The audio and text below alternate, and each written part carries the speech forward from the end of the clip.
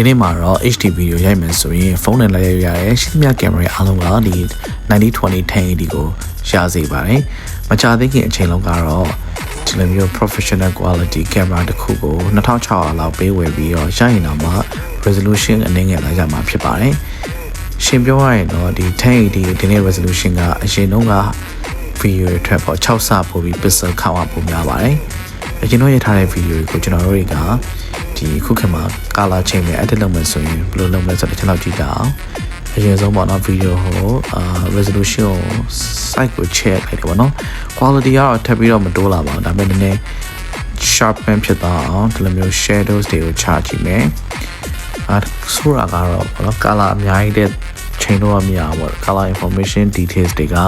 သိပြီးတော့အများကြီးမရအောင်ဆိုရရလေးနဲ့ကျွန်တော်လုပ်ခါမှာဖြစ်ပါတယ်ဆက်ကြည့်သွားမယ်ဆိုရင်ကျွန်တော်တို့ဒီမှာရသလောက်ပေါ့နော် color ကိုချိန်နဲ့အနေမြင့်ဒီ shadow မှာနည်းနည်း details တွေဝင်လာအောင်တစ်ပင်ပါနော်အဲ့မှာရှောင်းလေးထည့်ကြည့်ရအများကြီးတော့လုံးလုံးမရဘူးအဲ့ဒါမှကျွန်တော်လက်ထက်မှာရှိတဲ့ကင်မရာတွေကတန်ဖိုးပါနော်ရှင်းကြည့်လိုက်မယ်ဆိုဒါအတန်ဖိုးရှိရဖုန်းမှာဖြစ်ဖြစ်ပါလာတဲ့ကင်မရာဆိုလည်းကျွန်တော်တို့အများကြီးထုတ်ပိုင်ခွင့်ပေးထားတယ်ကိုဝါသနာပါတဲ့ဗီဒီယိုရိုက်ဖို့အတွက်ပေါ့နော်ထွက်ရဖို့ကတော့ ready ပါပဲမိမိလက်ထက်မှာရှိတဲ့ဟာလေးကိုပြန်ပြီးတော့သတိပေးလို့ပါတယ်